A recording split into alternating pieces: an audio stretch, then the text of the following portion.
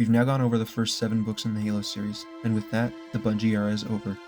343 Industries has now taken control of the Halo franchise and is taking a bit more of a universal approach to lore with more emphasis on media outside the games. It's these books and the ones beyond that inspired me to make these videos, since there are currently 30 Halo novels released and online recommendations heavily favor those first 7 from the Bungie era, but I want to give the rest of them time to shine, because I think there's just as much, if not more, value in some of them. Just like the last video, the goal here is to tell you a bit about each book, some of its strengths or weaknesses, and why you might be interested in looking at it. With this, I hope you can choose which novels to read, listen to, or which Halopedia pages to scour for summaries. Again, I know Polygon did a great video with a similar concept to this, but after the first few books, the script is limited to 50 words per book, and I feel I can do them quite a bit more justice. I strongly recommend that video though. I will do my best to avoid major spoilers, but in the interest of giving each book a fighting chance for your interest, I need to give away some information, so I'll try to keep the details from roughly the first half of each story. There are a lot of points where I can't explain the context for one book without some aspects of its predecessor's ending, so I will not mention character deaths or major decisions, and leave you with the questions of the why and how, rather than the what. This video will cover 343's first wave of 6 books which released between 2011 and 2014. These consist of 2 separate trilogies that mostly came out in alternation, the Kilo 5 trilogy and the Forerunner trilogy. Since each book has its own strengths, weaknesses, and stories to tell, I'll be discussing each individually. And because I think it's important to understand the dates they came out and the context of what game media was released at the time, I'll be discussing them in order of release rather than separating the 2 trilogies. I know Bungie wasn't super involved in the novels, but the plot was at a weird point when the studio left Halo behind in 2010. The book that took place latest in the Halo timeline at the time, Ghosts of Onyx, left many of the book characters like Dr. Halsey, the remaining Spartans like Blue Team, and their mentor Chief Mendez in a bit of a limbo, and to them, the Human Covenant War wasn't even over yet. Much like Master Chief at the end of Halo 3, their fates were mostly undecided. Halo Glasslands in part picks up where Ghosts of Onyx left off with the remaining Spartans, made up of Blue Team consisting of Fred 104, Linda 058, and Kelly 087, the Spartan 3 Beta Company consisting of Lucy B091 and Tom B292, and the Spartan 3 Gamma Company of Mark G313, Olivia G291, and Ash G099, as well as the creator of the Spartan 2 program, Dr. Catherine Halsey, and Chief Franklin Mendez, the man who trained the Spartans. The Spartans and their mentors are stuck on Onyx, isolated from any civilization and have few possessions left to help them survive. It doesn't seem like a problem when you have 8 Spartans by your side, but it is when Lucy, whose traumatic injuries left her unable to speak, gets separated from the group. On top of that, the Spartan Gamma Company needs specific medication to stop them from acting feral, and old resentments begin to resurface between Mendez and Halsey. However, most of the reading time is spent on a new team, Kilo 5, an Oni task force made up of ODST's Mal Geffen and Vaz Beloy, pilot Leanne Devereaux, xenoanthropologist and Sangheili expert Professor Evan Phillips, Spartan 2 Naomi 010, Smart AI Black Box, and next in line as the head of Oni Section 3, Saren Osman. Their mission is to secretly stop the elites, or Sangheili, from rebuilding to their former might in hopes of keeping the UNSC and humanity as the galaxy's most powerful faction. Their plan is to supply weapons to a religious Sangheili faction called the Servants of Abiding Truth, led by an ex-Covenant elite field marshal named Avumed Telkem. Those weapons will fuel the Servants' resistance against the de facto post-war leader of the Sangheili, the Arbiter, and his pro-peace, anti-religious agenda. As far as I remember, the Servants aren't mentioned directly in the games, but just know that Julim Dama, the villain of Halo 4's Spartan Ops, is a significant member and character here. Despite the interesting mission setup, 80% of the time that Kilo 5 and the Onyx survivors have in this book is spent thinking and talking about the morality of the Spartan program. This isn't a bad thing since it makes sense in the circumstances, but just know that that's the focus of the book. You get a decent contrast between the thoughts of Halsey and Mendez, who are essentially dictating the program, and the head of Oni, Margaret Parangoski, as well as Saren Osman and her Kilo 5 team. The more interesting piece is that Saren Osman was a Spartan 2 trainee whose body rejected the augmentations, and on her team is Naomi, a successful Spartan 2. So in combination, they have a lot of interesting stuff to say to their comrades. I enjoyed this book for the most part. Like I said, the commentary about kidnapping children for the survival of humanity is interesting and entertaining. Getting to read more about Blue Team, Halsey, Mendez, and the rest of the Spartans is equally exciting for someone who read the previous books. You also get a small taste of Lord Hood and the Arbiter who are trying to iron out their post-Human Covenant War foreign policies. Now, there are a couple things that made me scratch my head. In comparison to the Arbiter and his skill as a leader and a politician, The servants of abiding truth, especially Julim Dama, can feel a bit stupid at times. I saw some reviews questioning why humanity would want to sabotage their greatest ally, but I can buy it after 30 years of war. Another nitpick is that the Kilo 5 team is hyped up to be this extraordinary covert ops team that needs to trust each other with their lives, but like I said, most of the time they're just sitting in their ship talking about the Spartans. By far the hardest part of this book to digest is its stance on Dr. Halsey. I think Halsey's internal dialogue is great, but when the author Karen Travis gets to it, she favors the side of Margaret Perengoski, who really hates Halsey. This book glorifies Perengoski, and when her and Halsey finally have their showdown, it's hard not to side with Halsey. It may seem like I dislike this book, but that's not correct. I respect what Travis adds to the Halo universe here. I think it's just got some rough spots that could have been sanded down. I would say if you want a Halo story with more emotional consequence and less fighting, or want to know what happened to Blue Team and the rest of the Halo universe shortly after the end of Halo 3, read this one. However, if you aren't prepared to read about Halsey being used as a figurative and literal punching bag, or want a more action-packed book, maybe skip this one. Back when I was 12 and I saw the advert for this book in the back of my copy of Halo First Strike, I was hyped to finish the rest of these books and get to Halo Cryptum. A book on the last days of the Forerunner sounded legendary. When I finally got to reading it, I didn't understand 90% of it. Now, I recently reread it and found that it was my 13-year-old reading comprehension level rather than Greg Bear's writing that spoiled the experience.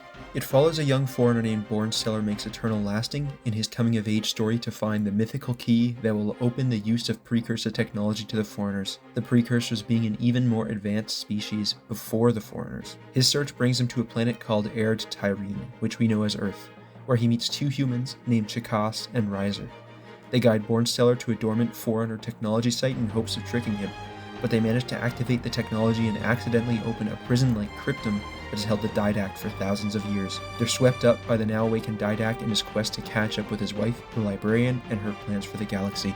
Along the way, we find out that the Didact thinks quite lowly of humans, and he spends his time filling Bornsteller in on recent Forerunner history, such as the war with ancient spacefaring humans who were wiped out and sent back to the Stone Age on Earth. They begin their journey by traveling to Taram Hakor, a planet filled with precursor artifacts that have now all been destroyed, including the time-suspended cage holding a massive beam that drove anyone who talked to it mad, and there's no sign of that being anywhere on the planet anymore. Even more problems arise on their second stop as they find evidence of superweapons being used on the San Shayum homeworld, Janjar-Com, and those using them are not so friendly to the Didact and his friends. This book immerses you into the world of the Forerunners, their social class system, technology, culture, and their politics led by three powerful Forerunners: the Didact, the former head of military, the Librarian, the most famous Forerunner biologist, and the Master Builder, the leader of infrastructure projects. It's so interesting to get this fantasy-like take on the Halo universe because the technology and culture is so far off from what we know in 2500. The Forerunners have this belief that they hold the mantle of responsibility, a duty to protect the galaxy and the living things in it, which they inherited from the precursors. And you quickly see just how poor the Forerunners are at living up to the morals they preach. They have this vague super internet stored in another dimension called a domain, and it holds a record of basically all Forerunner history and lessons. It's crazy. If it's not evident, this book takes focus to read, especially at the start when it's constantly throwing new terms at you. But it's a rewarding ride, and fortunately, it's not too long. If I had one gripe, it would be that the characters can feel a bit disconnected and hard to understand the motivations of at times, and that's true for the whole trilogy. But I'm not sure if it's intentional or unintentional, since this story is about non-human characters 100,000 years ago, so the disconnect does add to the mystique. However, if you're into the kind of book that has stellar world building, but at the sacrifice of character depth, kind of like Dune, this one is for you. In Halo: The Thursday War, Onyx has been reclaimed by the UNSC with Dr. Halsey and company rescued, Julim Dama has been captured by Oni, and Kilo 5 has sent its own Professor Evan Phillips to Sanghelios for a visit after he receives an invitation from the Arbiter himself. Unfortunately for Phillips, the tensions that he and his comrades have been fueling finally erupt into civil war early into his visit. He loses his escort and ends up in the hands of Avu Med Telcam, and must try to play both sides of the war to make it back to his team ship, the UNSC Port Stanley. Kilo 5 needs to get him back, and there's a lot of chaos standing between them and their teammate. Not only that, but the fragment of the team's smart AI black box that Phillips is carrying has been severely damaged, and it's having some issues of its own. Fortunately, Oni has good relations with leaders on both sides of the conflict, and is deploying the UNSC Infinity to help as its first mission. Adding more to the plot lines of this book is Jula Mdama's wife, Raya Mdama, who leaves her keep and children to search for her husband by following Telkem throughout his war. What she doesn't know is that Oni is keeping him locked up on Onyx and using him to test espionage tactics against the Sangheli, like diseases that will ruin their food supplies. At its core, the Thursday War feels like setup for Halo 4. There's the start of the Storm Covenant with Sanghelios' civil war, mention of the Didact and Requiem, and most importantly, a decent chunk of commentary about the dynamic between smart AIs, their crew, and what happens to those AIs as time goes on. The focus of the book is the civil war on Sanghelios, rather than the morality of the Spartan program. All that is set aside until the next book in the trilogy. This setup for Halo 4 makes you think this book wouldn't be a great read nowadays, but it's decently enjoyable, especially the stuff about Black Box and his relationship with the rest of Kilo 5. Reading about Infinity in action for the first time with the introduction of Thomas Lasky and Captain Andrew Del Rio is also plenty of fun, especially that first mission where Infinity is sitting in orbit, firing missiles while pretending to both help the Arbiter and impersonating an enemy of his to help the servants. In my mind, the one shortcoming is Jula Mdama, who spends his time constantly comparing himself to humans like he has some big insecurity about being an elite, even though he hates humanity. Plus, the contrast between the moral take of Glasslands and this book just favoring experimenting on your alien enemy is a bit jarring. I was also a bit disappointed that my favorite part of Glasslands about Halsey, Mendez, and Blue Team are also absent here. If you're wondering why the Arbiter has been gone for the past couple games, the story explanation is in this book. The Sangheli used to rely on the Sanshayum, the Yanmei, and Huragok for technology and wide shipments of food from other Covenant species to feed themselves. But all their logistics and diplomacy has fallen apart. The Arbiter and the servants do not have an easy time replacing what's lost here. They have no industry, no defined structure or economy, and they're on a time limit before they run out of necessities like food and ships. They basically just have to go back to their pre-Covenant feudal way of living, where families and clans pick sides, make sub-alliances, and build trade relationships. Even though we don't see it in the games, the damage of this war has big consequences for the power structure of the universe. I would say if you want more of the Glasslands characters, especially Phillips, Black Box, Osmond, and Jula Mdama, or want to know about how the Storm Covenant starts and how Halo 4 is set up, this is for you. If you want the moral debate about kidnapping children and turning them into super soldiers, skip this one. I will say this up front. Despite being from the same author as Halo Cryptum, the best part of this book is the Halo 4 concept art they used for the front cover of Primordium. That's not saying the book is abysmal, I just really like the cover art. It's this beautiful view of what I assume is Zeta Halo, covered in sharp Forerunner architecture under a glowing orange light. Anyway, the book continues the Forerunner story told in Halo Cryptum, leaving behind the Forerunner-born Stellar, and focusing on his human companion, Chikos, who is now stuck on a Halo ring after being captured and lost in a battle against the Forerunner capital world. This change in perspective is due to the story being told by a damaged Forerunner monitor who is being interrogated by Oni researchers. In a story on the Halo ring, he finds a group of tribal humans, two of which agree to help him in his quest to reveal the secrets of the ring, such as why it exists, why there are humans living on it, why they keep disappearing, and why a mysterious red planet in the sky keeps growing larger. It seems like a futile quest to deal with Forerunner technology as a Stone Age human, but Chikos is led by a voice in his head called a Gies that claims to be Forcentho, the long-dead Lord of Admirals who led humanity in its war against the Foreigners thousands of years earlier. The two humans who agree to help Chikos are Gamelpar, a wise elderly man, and Venerva, a young and cautious but determined woman who also has a Gies, telling her where to go. Chikos is quickly reunited with his small Florian friend Riser, and as they explore the ring, they start to find evidence of destructive battles with dead Foreigners and mountains of flood biomass. They see large groups of humans in the distance being led by the Primordial, the large precursor that escaped from its cage on Tarum Hakor in Halo Cryptum. It's leading those humans to the Palace of Pain, which is a large building that many disappearing humans go into but never come out of. And they eventually run into Gene Mender Folder of Fortune, a Forerunner leading a group of apes and human-like subspecies who have also been mysteriously dropped onto the ring as well. Gene Mender explains a lot to Chikos and gang about the state of the galaxy and why they're on the ring, but Riser worries of their safety and warns not to trust Gene Mender. This book takes its time to bring up more questions about the Flood and the Foreigners and has some genuinely creepy moments. Much like a Harry Potter book, many of the answers to those questions come in the last 50 pages, except in this book you have to endure many boring and flat moments to reach them. It's an interesting read, and I would recommend reading it if you loved Halo Cryptum or need to connect some of the final dots on the Flood, but otherwise I would skip it. It's just paced so poorly and it's hard to look past, even though I greatly enjoyed its strengths.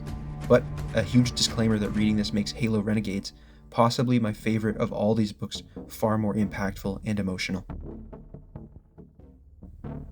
Halo Silentium is technically the sequel to Halo Primordium and the final Forerunner trilogy book, but it doesn't feel like it when you read it, since the perspective shifts between Bornsteller, the librarian, and the didact, as opposed to sticking to one perspective like the prior two entries did. These really are the last few days of the war between the Flood and the Forerunners.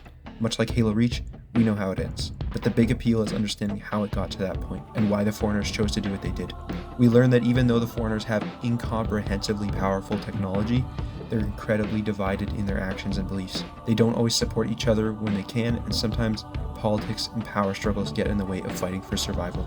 The Librarian's piece takes place many years prior to the other stories in the book, where she and her crew board their ship Audacity to search the Greater Magellanic Cloud, which they call Path Chthona, for answers about the origins of the Flood. When they arrive, they find thousands of Forerunner warships just floating in space, entirely abandoned. The Didact's piece is in the final days of the war, where after the events of Halo Cryptum, he is left stranded in a part of the galaxy overrun with the Flood, and he has to catch up on what happened while he was in his Cryptum for 1,000 years, and escape. Finally, Bornsteller has made his way to the Ark, where the Forerunners are making their final stand.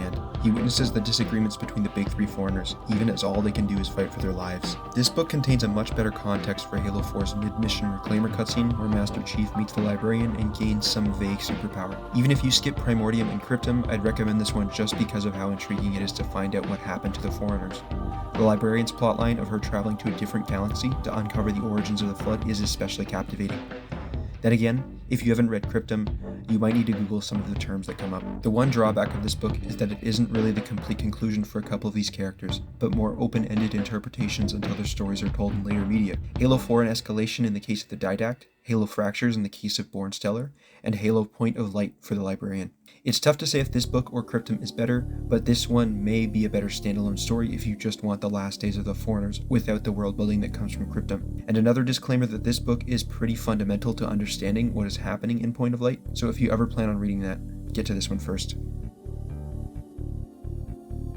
With Professor Evan Phillips rescued from Sanghelios, Kilo 5 turns its attentions to one of the side effects of the civil war they're funding. During a battle, the former Covenant CCS-class battlecruiser, Pious Inquisitor, was stolen from the servants of Abiding Truth by the Kig-Yard who was supposed to deliver it, Sav Fel, instead bringing it to the anarchic planet called Venezia to sell on its black market. There, Fel's main customer is a man named Staffen Sentske. ODST's Vaz and Mal are sent undercover on Venezia to find Pious Inquisitor, where they are quickly told by their informant that Sentske is the father of their Spartan II comrade, Naomi, and a known anti-Earth terrorist who believes the unified Earth government cares little for the people from its outer colonies. So little, in fact, that they're willing to kidnap children and secretly replace them with clones. This man, Staffen Sentske, is a one-in-a-million conspiracy theorist who's 100% right, and he's ready to buy the biggest gun he can, point it at a lot of people, and demand answers about his daughter Naomi, who was kidnapped over 30 years prior. The Kilo 5 trilogy's final book returns to its main topic of the morality of the Spartan program.